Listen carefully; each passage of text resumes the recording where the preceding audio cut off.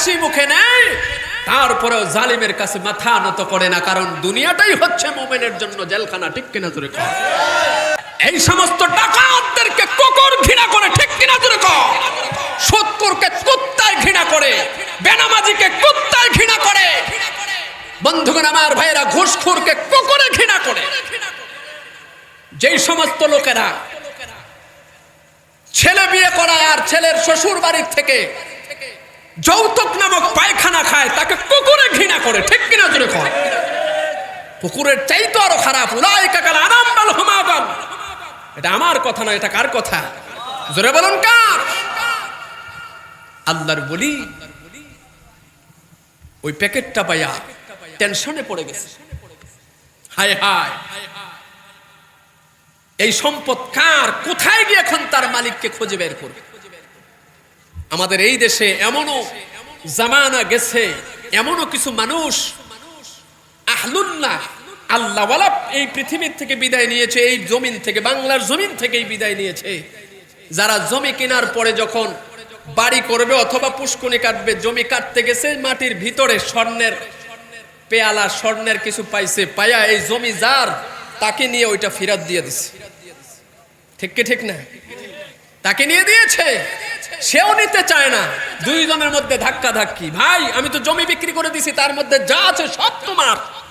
আর ওই ব্যক্তি বলছে, না ভাই, আমি জমি কিনেছি, আমি এই স্বর্ণের পেয়ালা কিনি নাই, এটা তোমার। আল্লাহু আকবার বল। আর আমরা, আমাদের যেই পরিস্থিতি, গজব এমনি এমনি আসে না। বর্তমানে আরেক গজব শুরু হয়েছে, রাসেলস ভাইপার, একটা সাপের। এটা 100% গজব। অতীতে আর এরকম দেখেছেন? এই খবর পাইছেন? কিন্তু বর্তমানে চতুর্দিকে এটার আতঙ্ক। ঠিক কি ঠিক না জোরে কর। যাহারাল ফাসাদু ফিল বাররি ওয়াল বাহরি বিমা কাসাবাত আইদিন নাস।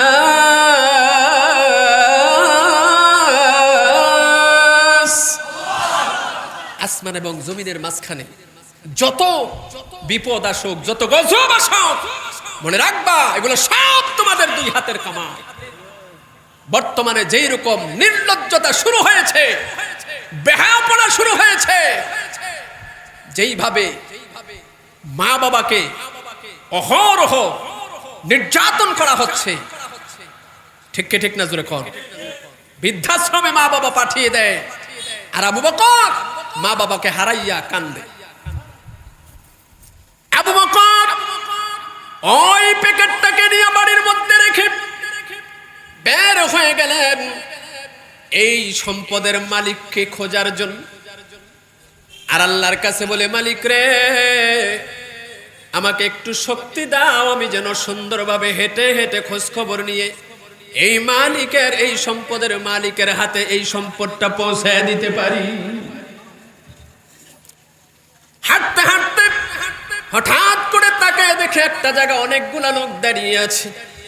তার মধ্যে একজন ব্যক্তি, মাথার মধ্যে পাগড়ি, গাল ভরা দাড়ি, বৃদ্ধ মানুষ, চোখের পানি ছেড়ে ছেড়ে ভাষণ দিতেছে। রে মক্কার লোকেরা, রে মক্কাবাসীরা শোনো, আমি মক্কার জমিনে একজন মুসাফির, আমি বহু দূর থেকে এসেছি, আমি হজ্জে বাইতুল্লাহর জন্য এসেছি। আমার এই পৃথিবীর মধ্যে আমার একটা কন্যা সন্তান ছাড়া আর কেউ নাই রে, আমার আর কোনো ছেলে নাই, কোনো মেয়ে নাই, আমার স্ত্রীও দুনিয়ার জমিন থেকে বিদায় নিয়েছে। তবে আমি আমার কলিজার টুকরা মেয়েটার জন্য একটা নেকলেস কিনেছিলাম। ওই নেকলেসটা আমার মেয়েকে আমি উপঢৌকন দেব, উপহার দেব। মা মরা ইয়েতিম আমার মেয়েটা, কিন্তু তার জন্য যেই নেকলেসটা কিনেছি, ওই নেকলেসটা, ওই গলার হারটা কোথায় যেন পড়ে গেছে। কেউ যদি পেয়ে থাকো, ইয়েতিমের সম্পদটা যদি ফিরে দাও। আল্লাহর হাবিব বলেছেন, ইয়েতিমের হক যারা রক্ষা করবে, তাদেরকে না লইয়া নবী জান্নাতে যাবে না। আর বর্তমানে আমাদের সমাজে মাশাআল্লাহ, ভাই যদি মারা যায়, কিভাবে কৌশল কইরা তার সন্তান এবং তার স্ত্রীকে বাড়ি থেকে তাড়াইয়া দেওয়া যায়, এই চিন্তায় থাকে। আবার মসজিদে একেবারে সামনের কাতারে যায় নামাজ পড়ে, আছে না নাই? পরের হক মেরে, সুদ খায়া, ঘুষ খায়া, যৌতুক নামক পায়খানা খেয়ে মানুষের উপরে জুলুম অত্যাচার করে মসজিদের সামনের কাতারে গিয়ে সেজদায় আল্লাহকে খুঁজলে আল্লাহ পাওয়া যাবে না, ঠিক কিনা জোরে কও? আবু বকর ওই মুরব্বীর কথাগুলো শুনতেছেন। এবার ভিতরে ঢুকে মুরব্বীর হাতের মধ্যে ধরে বলতেছে, বাজান একটু সাইডে আসুন, কান্না বন্ধ করেন। আপনি যেই জিনিসটা হারিয়েছেন, ওই সামানটা যে হারিয়েছেন, ওটার একটু বিবরণ দেন। সুবহানাল্লাহ। কারণ আল্লাহর হাবিবের সুন্নাত হলো কোনো ব্যক্তি কেউ কিছু পাইলে এটার কেউ যদি দাবি করে, তাহলে তাকে ওই জিনিসটা না দেখায় তার কাছ থেকে বিবরণ নিতে হয়। যদি তার মুখের ভাষণ আর বাস্তবে মিলে যায়, তাহলে বুঝতে হবে এটা তার, তখন তাকে কি করো, দিয়ে দাও। এবার ওই বৃদ্ধ লোকটা বলতেছে, ও যুবক, আমি আমার মেয়ের জন্য যেই নেকলেসটা কিনেছি, ওটার মধ্যে 15টা দামি 15টা কালারের পাথর লাগানো আছে। আবু বকর এবার ব্রেনটা ঘুরাইয়া দিলেন। তিনি চিন্তা করলেন, ব্রেন ঘুরাইয়া দিয়ে দেখলেন যে হ্যাঁ, ওই নেকলেসের মধ্যে বিভিন্ন কালারের 15টা দামি পাথর লাগানো আছে। তাহলে বৃদ্ধের কথার সাথে বাস্তবে। এবার জিজ্ঞাসা করল, ও চাচা, আপনার যেই হারটা যেই ব্যাগের মধ্যে ছিল, ব্যাগের কালার কি? বলে এই কালার। এটাও মিলে গেল। এবার আবু বকর বলতেছে, চোখের পানি মুছো, আপনার ওই এতিমের হার আমি আবু বকরের কাছে আছে। আল্লাহর বান্দা চলে গেলেন। ঘরের ভিতরে যখন প্রবেশ করলেন, ঘরের ভিতরে প্রবেশ করে দেখে ওই ঘরের চাল বিভিন্ন দিক থেকে ফুটা। ওরে নাহারার মানুষ, আজকে আমাদের বিল্ডিং এর মধ্যে আবার এসি ফিট করা। আগে টিনের ঘর, সনের ঘর ছিল, এখন বিল্ডিং হয়েছে, উন্নত হয়েছে, কিন্তু আমাদের চরিত্রের কোনো উন্নত হয় নাই। ঠিক কিনা বলুন? চরিত্রের উন্নত আমরা করতে পারি নাই। বিল্ডিং এর ভিতরে নাকটাই না ঘুমায়, কোন দিক দিয়া আপনার ফজর যায়, কোন দিক দিয়া জোহর আসর মাগরিব এশা যায়, খবর থাকে না। ঠিক কি ঠিক না জোরে কর? ওই ব্যক্তি আবু বকরের ঘরের ভিতরে ঢুকে আশ্চর্য হয়ে গেছে। তার কারণ ঘরের বেড়াগুলা ভাঙ্গা, ঘরের ভিতরে কোনো দামি আসবাবপত্র নাই, দামি কোনো পোশাক নাই, দামি কোনো খাট ওই ঘরের ভিতরে নাই। একবার আবু বকরের চেহারার দিকে তাকায়, আবার ঘরের দিকে তাকায়।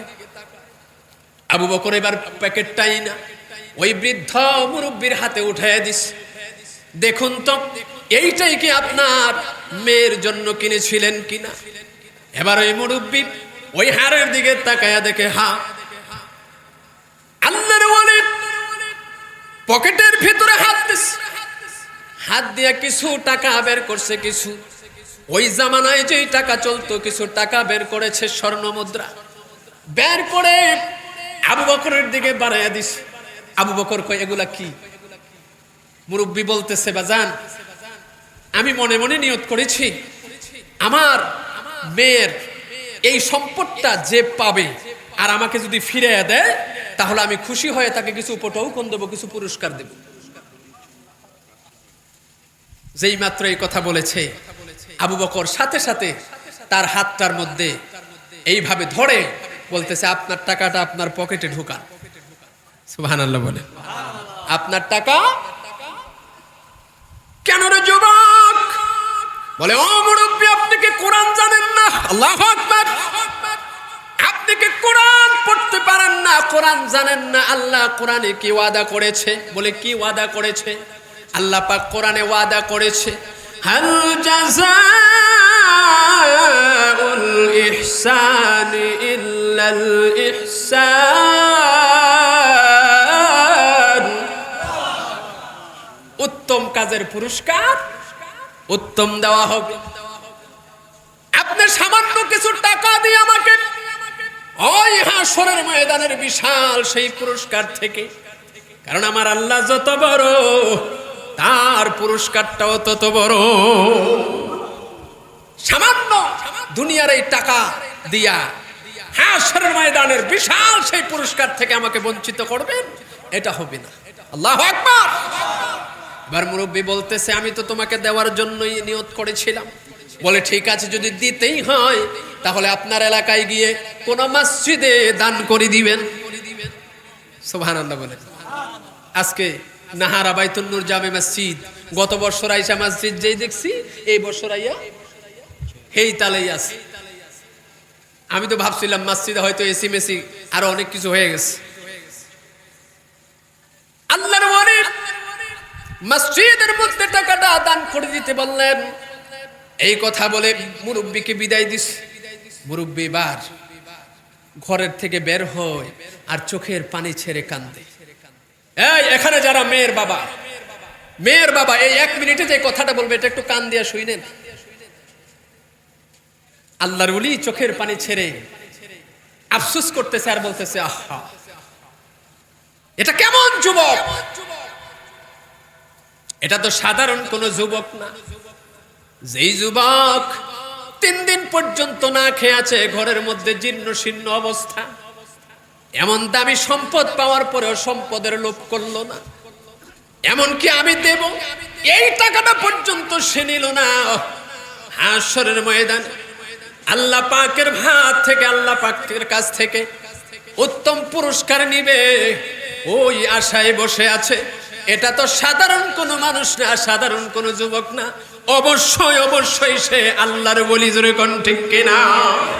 কদর গৌহর বলবে দান দিয়া বেদানদ জৌহরি, কদর গৌহর বলবে দান দিয়া বেদানদ জৌহরি, কদর বুলবুল বলবে দান দিয়া বেদানদ শাহপুরি, কদর বুলবুল বলবে দান দিয়া বেদানদ শাহপুরি। আল্লাহু আকবার। আল্লাহর ওলির রাডারের মধ্যে ধরা পড়ে গেছে, এই ছেলে সাধারণ ছেলে নয়।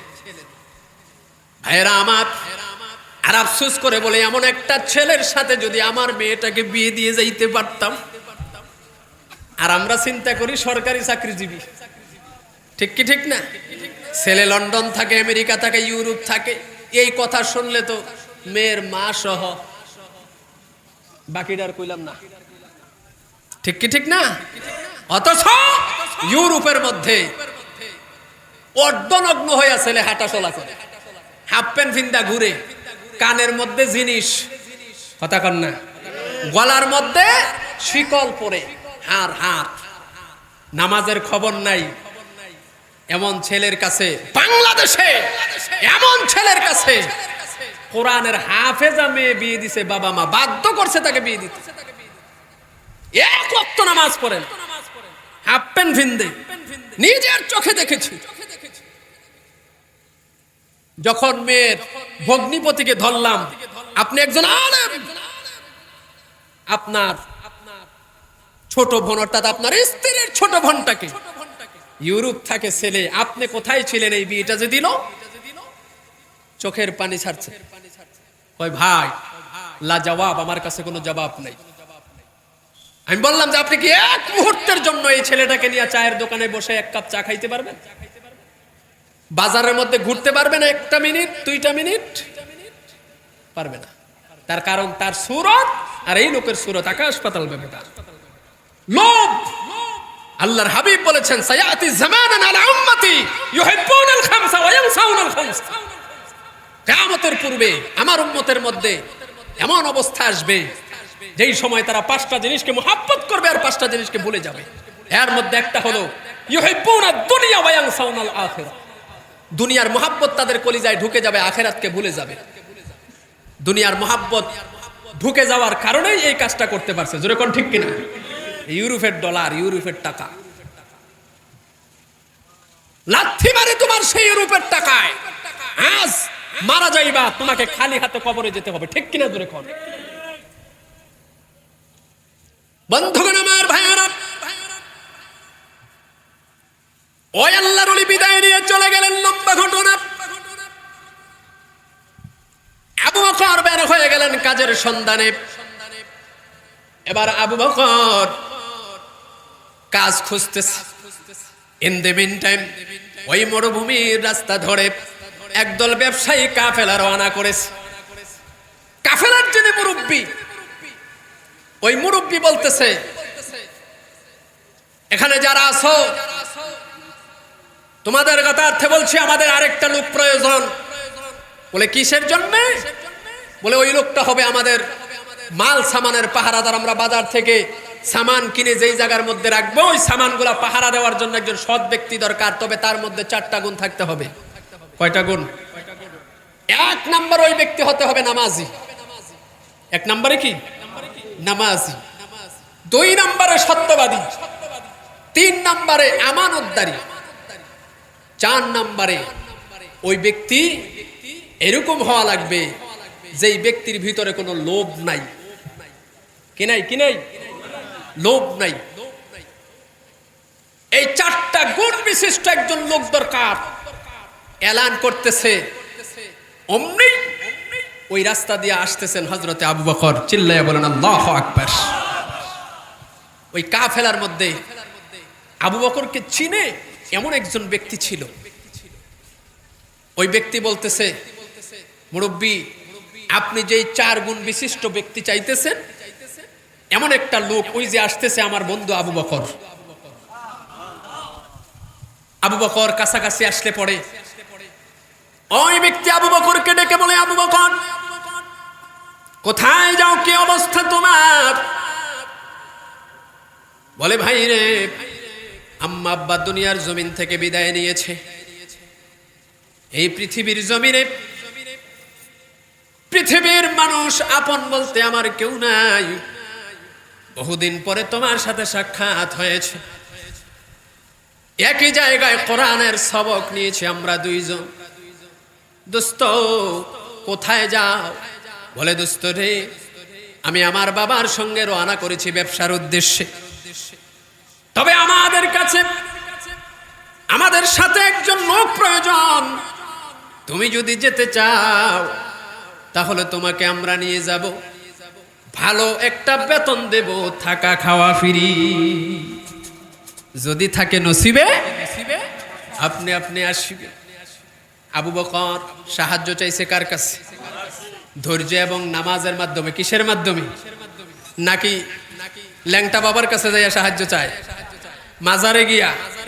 এরকম বদমাইশ আছে না নাই? এরকম কমবক্স নাদান আছে না নাই? ল্যাংটার পিছনে দৌড়ায়, আছে না নাই? সমাজ কলুষিত হয়ে গেছে। মাজারে গিয়ে সেজদা দেয়। আল্লাহে খোদার কসম, সম্পূর্ণ শিরক। এই শিরকের গুনাহ নিয়ে কবরে গেলে জাহান্নাম ছাড়া কোনো রাস্তা নাই। ঠিক কিনা জোরে কর। আবু বকর মনে মনে খুশি। আবু বকর এটাই তো চাইতেছি আমি। ওই কাফেলার সঙ্গে এবার রওনা করলেন। জাহাজের মাধ্যমে যাবেন। যখন সমুদ্রের মাঝখানে চলে গেছে, ওই সমুদ্র ঢেউকে আল্লাহ পাক হুকুম দিলেন, এমন ভাবে ঢেউ মারবা যাতে জাহাজটা ভেঙে টুকরো টুকরো হয়ে যায়। হুকুম কার? জোরে বলুন কার? যেমন কাজ তেমন কথা, যেমন কাজ হয়ে গেল। বিশাল বড় বড় ঢেউ এসে ওই জাহাজকে ভেঙে টুকরো টুকরো করে দিল। ভাইয়েরা আমার, আল্লাহ পাক তাকায় দেখতেছেন ওই সাগরের পানির নিচের যে তিমির দল, হাঙরের দল দেউরে আসতেছে। ওই জায়গায় যে মানুষগুলা পানির মধ্যে হাবুডুবু খাইতেছে তাদেরকে খাওয়ার জন্যে আল্লাহ পাক আজরাইল পাঠিয়ে দিলেন। আজরাইল দৌড়াও, ওই সমুদ্রের মধ্যে যতগুলো আমার বান্দা আছে প্রত্যেকের রূহ কবজ করে নিয়ে আসো, তবে একজন ব্যতীত। আল্লাহু আকবার। আমার বন্ধু, আমার দোস্ত হাফেজ আবু বকর, যে একবার পানির নিচে যায় আবার পানির উপরে ভেসে ওঠে, কিন্তু কোরআনের তালাওয়াত বন্ধ করে না। আমার পূর্বের বক্তা আমি শুনেছি কোরআন তালাওয়াতের গুরুত্ব নিয়ে কিছু কথা বলেছেন। আমরা তো আজকে কোরআন পড়ি না, তালাওয়াত করতে চাই না, ঠিক কি ঠিক না? আমরা এখন আছি মোবাইল নিয়ে, টিভি নিয়ে, আমরা এখন স্টার জলসা নিয়ে আমার মা বোনেরা আছে, ঠিক কি ঠিক না? যাই হোক, ওইদিকে বলতে যাব না, সময় লম্বা হয়ে যাবে, আমার হায়াতের ঘন্টা বেজে গেছে। যাই হোক, যেটুকু সময়, এই সময়ের মধ্যে আমি চেষ্টা করতেছি। সবার রুহ কবজ হয়ে গেল, তিমির দল, হাঙরের দল সকলকে খেয়ে এবার আবু বকরের দিকে যখন তাক করছে, আল্লাহ পাক হুকুম করলেন, সাবধান, আমার আবু বকরের শরীরের পশম পর্যন্ত তোদের জন্য আমি আল্লাহ হারাম করে দিয়েছি। আল্লাহু আকবার। আর সমুদ্রের ঢেউকে বললেন, আরে সমুদ্রের ঢেউরা, আমার দোস্ত, আমার বন্ধু আবু বকরকে ঢেউয়ের তালে তালে তোমরা তাকে নদীর, সাগরের তীরে ভিড়াইয়া দাও। সাগরের তীরে যখন আবু বকর ভিড়ে গেল, আবু বকর বেহুশ হয়ে জমিনের মধ্যে পড়ে যায়। আল্লাহ পাক সূর্যকে হুকুম দিলেন, সূর্য, তোমার মধ্যে যেই ভিটামিন রেখেছি, তোমার মধ্যে যেই মেডিসিন রেখেছি, ওই মেডিসিনটা একটু আমি আমার বান্দা, আমার ওলি, আমার দোস্ত আবু বকরের কপাল বরাবর ছেড়ে দাও, যাতে বিনা ইনজেকশনে, উইদাউট মেডিসিনে আমার আবু বকরের জ্ঞান ফিরে আসে। সূর্য থেকে এমন একটি মেডিসিন ছেড়ে দিল, ওই সূর্যের মেডিসিনে আবু বকর আল্লাহর হুকুমে, অনেক মানুষ ওইখানে, ওই দ্বীপের যত মানুষ আছে সবাই একত্রিত হয়ে গেছে। আর যারা আল্লাহওয়ালা আহলুল্লাহ, তাদের কলিজা ফেটে কান্না বের হয়ে গেছে, চোখের পানি জার জার করে ছেড়ে দিচ্ছে। আবু বকর তাদের চেহারার দিকে তাকায়া প্রশ্ন করলেন, কেন আপনারা কান্না করতেছেন? একজন মুরব্বী বলতেছে, যুবক, মানান্তা ওমা ইসমুকা, কে তুমি, কি তোমার নাম, কি তোমার পরিচয়? ও যুবক, এত সুন্দর করে তোমার কোরআন তালাওয়াত করো, এত সুন্দর কোরআন তালাওয়াত আমরা এই দ্বীপের মধ্যে কোনোদিন আর শুনি নাই। তোমার কোরআনের আওয়াজ শুনে আমাদের হৃদয় গলে গেছে, কে তুমি? আবু বকর সমস্ত ঘটনা খুলে বললেন। ওই বৃদ্ধ বলতেছে, অসুবিধা নেই, ও যুবক, তুমি যদি যেতে চাও তাহলে আমাদের এইখান থেকে এদিক দিয়া জাহাজের মাধ্যমে ব্যবসার উদ্দেশ্যে ব্যবসায়ী কাফেলা যাওয়া আসা করে। তুমি যদি চাও তাহলে তোমাকে আমরা তোমার দেশে যাওয়ার জন্য ব্যবস্থা করে দেব। আর যদি থাকতে চাও তাহলে এই মসজিদের মধ্যে তোমাকে ইমাম হিসাবে আমরা নিয়োগ দিতে চাই, আমাদের নেতা তোমাদের বানাতে চাই, বেতন পাইবা, থাকা খাওয়া ফ্রি। সুবহানাল্লাহ। আবু বকর খুশি না বেজার? চাকরি হয়ে গেল, থাকতেছে, খাইতেছে, নামাজ পড়াইতেছে, কোরআন তেলাওয়াত করতেছে। 2 বছর যখন পার হলো, কিতাবে লেখে ওই দ্বীপের মানুষগুলা সিদ্ধান্ত নিল, আমাদের ইমাম সাহেবকে তো বিয়ে করানোর দরকার। প্রস্তাব দেওয়া হলো বিয়ে করানোর জন্য। আবু বকর বলল, আমার যেহেতু দুনিয়ার জমিনে কেউ নাই, আপনারাই তো মুরব্বী, আপনারা যেটা সিদ্ধান্ত নেবেন ওইটাই আমি মেনে নেব। তার সিদ্ধান্ত অনুযায়ী এবার পাত্রী খোঁজা শুরু হয়ে গেল। ওই দ্বীপের মধ্যে পাত্রী খুঁজতে খুঁজতে শেষ পর্যন্ত এমন একটা পাত্রীর সন্ধান পাওয়া গেল, যেই পাত্রীটা, তার দুনিয়ার জমিনে মাও নাই, বাবাও নাই, ভাই নাই, আর কোনো বোন নাই, 30 পারা কোরআনের হাফেজা। সুবহানাল্লাহ। এমনকি ওই দ্বীপের মধ্যে সবচাইতে সুন্দরী মেয়েটাকে সমস্ত বৃত্তান্ত খুলে বলল। এক পর্যায়ে মুরব্বীরা বলল, মাগো, তোমার জন্য যেই বিয়ের পয়গাম নিয়ে আসছি, ওই যুবকের এই দ্বীপের মধ্যে স্থাবর সম্পত্তি নাই, গরিব মানুষ। যেই মাত্র গরিব বলছে, মেয়েটা বলতেছে, মুরব্বীরা, আপনারা এতক্ষণ যা বললেন সব ঠিক আছে, কিন্তু একটা কথা ঠিক নাই। বলে, কোন কথাটা? বলে, আপনারা যে বললেন ছেলেটা নাকি গরিব, ছেলেটা তো গরিব না। যে 30 পারা কোরআনের হাফেজ, সে কোনোদিনও গরিব হতে পারে না। আল্লাহু আকবার। 30 পারা কোরআনের হাফেজ,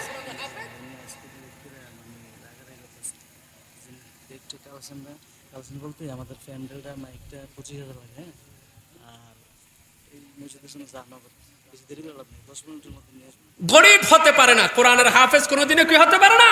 স্যার মশা কিন্তু ফাঁসি হয়ে গেছে। গরিব হতে পারে না। আল্লাহু আকবার কোন। এই কথা শুনে লোকগুলা বুঝে গেল যে মেয়েটা রাজি। বিয়ে হয়ে গেল।